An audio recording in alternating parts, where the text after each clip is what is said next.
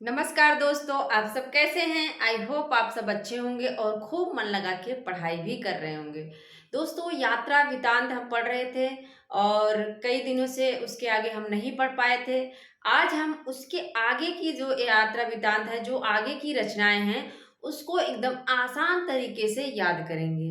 हो जाती है बहुत सारी जो है थोड़ी व्यस्तता हो जाती है और उधर त्योहार भी था तो नहीं मिल पा रहा था समय, लेकिन कोशिश करेंगे कि कुछ न कुछ हम आपको देते रहें।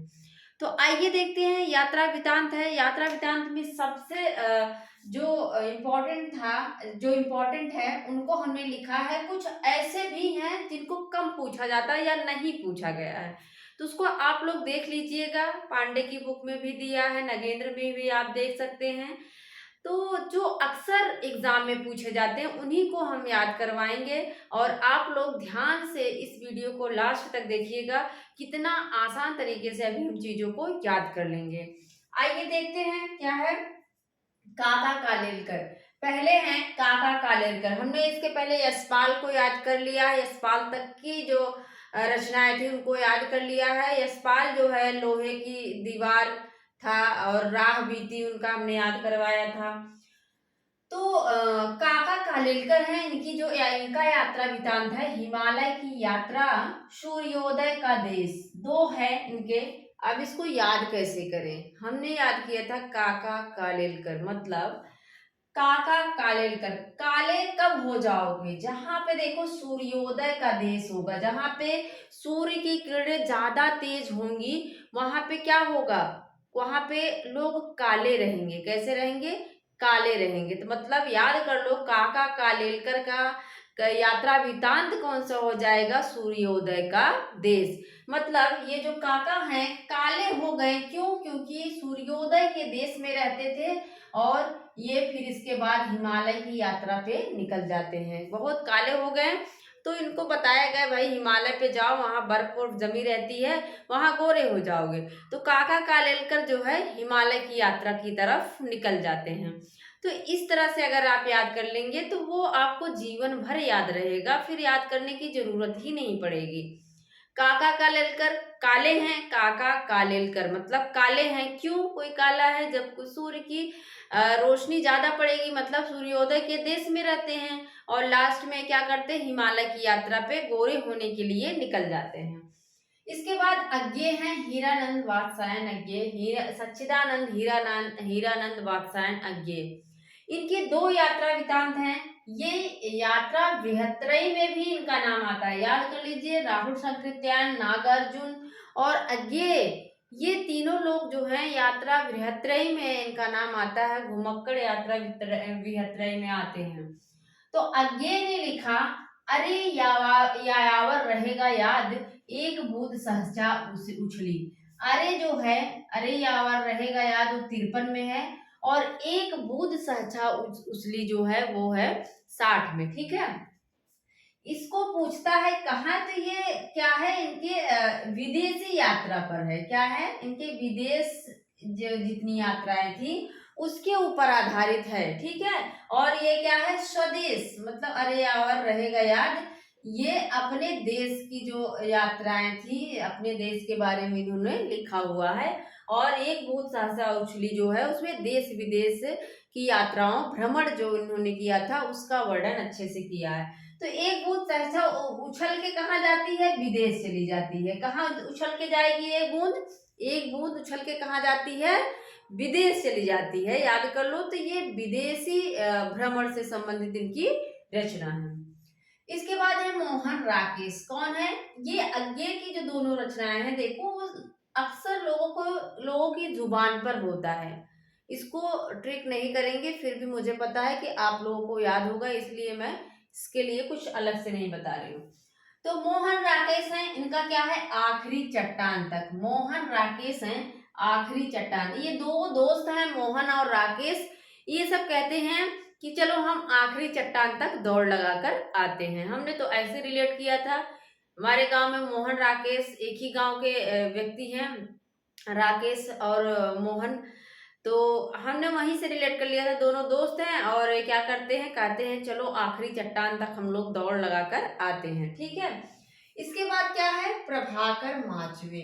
देखो जो लोग गांव में होंगे वो माचा जानते होंगे, माचा बनाते हैं। जैसे मक्का उक्का अभी तो कम होने लगा, लेकिन पहले मक्का उक्का बहुत ज्यादा होता था, तो उसकी रखवाली करने के लिए खेत में ही बड़ा सा बांस लगाकर ऊपर जो है बैठने की व्यवस्था बनाते थे और उसी में बैठकर देखते थे कि कोई जानवर या कोई चिड़िया वगैरह तो नहीं आ रही, उसी से वहीं से आवाज लगाते थे।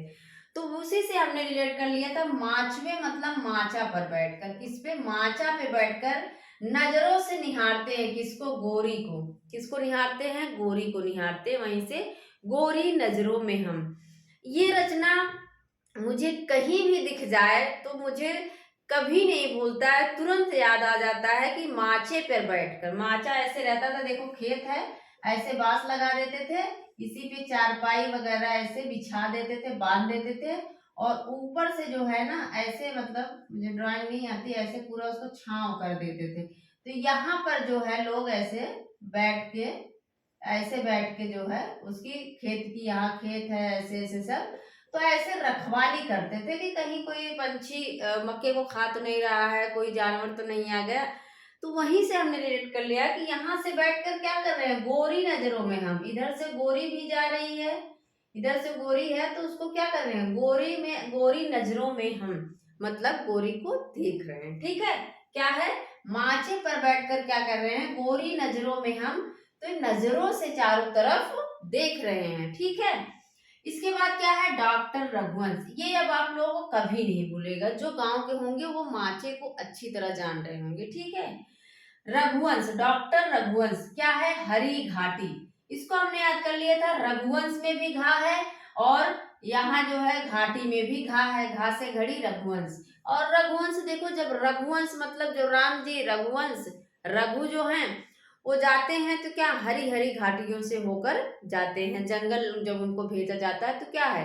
हरी घाटी ही तो है, समझ लो, हरी घाटी में जाते हैं। ठीक है, निर्मल वर्मा का सबको पता है, चीड़ों पर चांदनी, चा से चांदनी, चा से 64 याद कर लो।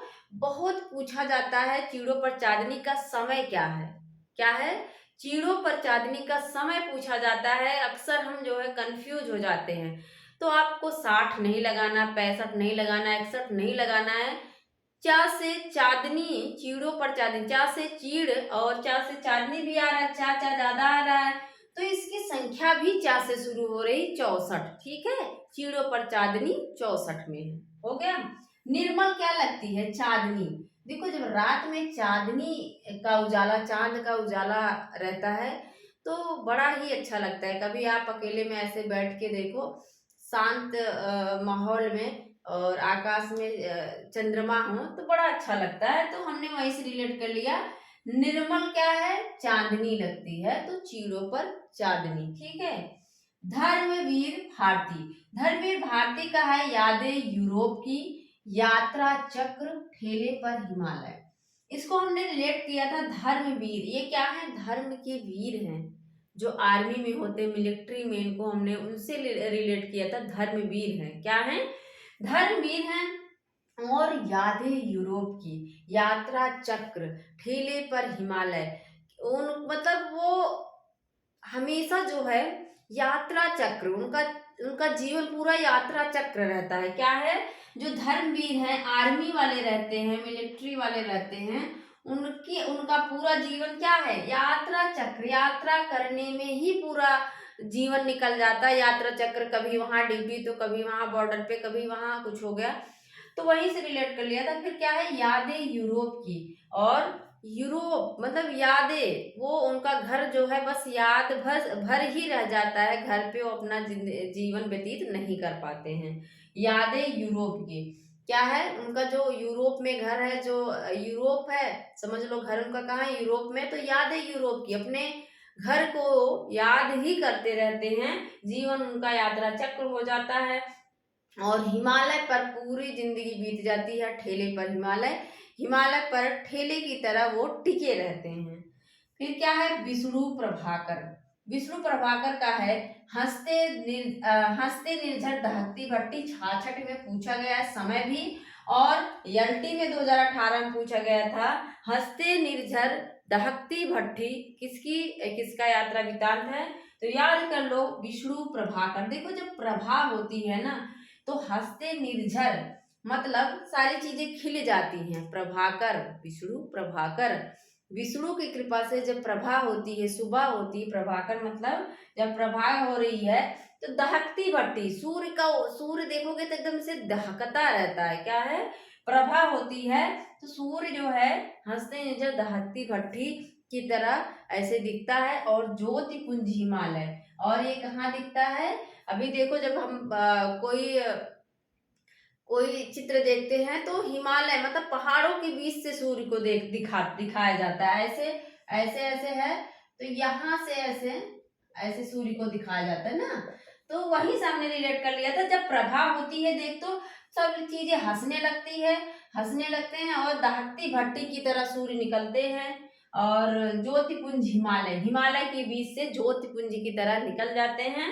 हम सफर मिलते रहे, और सारे लोग जो है अपने अपने सफर पर निकल जाते हैं। हम सफर मिलते रहे। फिर से देखो, विष्णु प्रभाकर, जब सुबह होती है, प्रभा होती है तो सब चीजें हंसने लगती है, दहकती भट्टी की तरह सूर्य निकलते हैं। और ज्योतिपुंज हिमालय से निकलकर जब निकल जाते हैं तो सारे लोग जो है अपने अपने सफर पर निकल जाते हैं। हम सफर मिलते रहे। ठीक है। डॉक्टर नगेंद्र को हमने जब भी याद करवाया है नाग से याद करवाया। क्या याद करवाया? नाग से। देखो नाग जब ऐसे ऐसे नाग है तो तंत्रालोक से यंत्रालोक तक वो क्या करता है, मतलब उसको कुछ भी नहीं पता है कि ये हम पाकिस्तान है, ये भारत है, तो ये मध्य प्रदेश है, तो यहाँ हमें रहना है। वो क्या करता है, तंत्रालोक से यंत्रालोक, वो कहीं भी चला, यत्र तत्र हर जगह नाग जो है पहुंच जाता है। नाग नगेंद्र, नाग कहाँ जाता है? तंत्रालोक से यंत्रालोक तक चला जाता है। अप्रवासी की यात्राएं, वो अपने यहाँ तो रहता ही है, अप्रवासी के यहाँ मतलब अपने यहाँ प्रवास करता ही है, आप्रवास भी करता है। आप्रवास भी करता है। क्या करता है? नाग जो है उसको कुछ नहीं पता है, आप्रवास पे चला जाता है। अप्रवासी की यात्रा है। नाग क्या करता है? यंत्रालोक से तंत्रालोक तक निकल जाता है और आप्रवासी की यात्राएं। राजेंद्र अवस्थी का बहुत पूछा जाता है। सैलानी की डायरी हवा में तैरते हुए, सैलानी की डायरी अक्सर पूछा गया है, तो इसको याद कर लो। देखो राजेंद्र अवस्थी, हमने अवस्थी से किया। जब आप डायरी लिखोगे ना तो आप एक जगह स्थिर हो जाओगे। डायरी ऐसा तो है नहीं कि आप जो है डायरी लिखना है, चहल पहल है, खूब शोर शराबा है, भीड़ है, उसी में डायरी लिखने लगोगे। आप कहीं डायरी लिखने जाओगे, सैलानी की डायरी लिखने जाओगे, तो आप एक जगह अवस्थित हो जाओगे, स्थित हो जाओगे, और आपके दिमाग में हवा में तैरते हुए आपका दिमाग जो है वो हवा में तैरने लगेगा। और ताकि जो है आप अच्छे शब्दों को पकड़ पाओ, अच्छी चीजों को सोचकर लिख पाओ। फिर से देखो, राजेंद्र अवस्थी का है सैलानी की डायरी। जब आपको डायरी लिखना होगा, सैलानी की डायरी लिखनी होगी, तब एक जगह आप अवस्थित हो जाओगे, स्थित हो जाओगे, और आपका दिमाग हवा में तैरने लगता है। ठीक है। श्रीकांत वर्मा का हमने याद किया था। अपोलो का रथ 75 में है, तो पा आया है तो 75, पाप से शुरू हो रहा है 75। ठीक है। तो इस तरह से आप रिलेट कर करके याद करेंगे तो सन भी याद हो जाएगा, क्योंकि एग्जाम का पैटर्न चेंज हो चुका है। कुछ जो ऐसी रचनाएं हैं जिन पर हमारा ध्यान नहीं जाता, उनका समय पूछ लेता है। तो आप सैलानी की डायरी सैलानी 7 से 77 याद कर लो। सैलानी की डायरी 7 से 77, 7 से सैलानी। ठीक है। श्रीकांत वर्मा का है अपोलो का रथ, पा आ रहा है तो 75 में इसका समय है, 75 समय है, 1975। श्रीकांत वर्मा, वर्मा मतलब वरमाला, अपोलो का रथ हमने रिलेट कर लिया था। देखो वर्मा मतलब आप वरमाला जब किसी को पहनाने जाते हो ऐसे, तो रथ पे बैठ के जाते हो ना, शादी में रथ पे सब बैठ के जाते हैं कि नहीं, तो वहीं से रिलेट किया। श्रीकांत वर्मा, जब आप वरमाला पहनाने जाते हो तो किस पे बैठ के जाते हो? अपोलो का रथ लेके जाते हो, आप रथ पे बैठ के जाते हो वरमाला पहनाने। ठीक है। अब इसको फटाफट फिर से रिवीजन करते हैं। आइए, काका कालेलकर हैं, काले हो जाते हैं क्यों? क्योंकि सूर्योदय के देश में रहते हैं।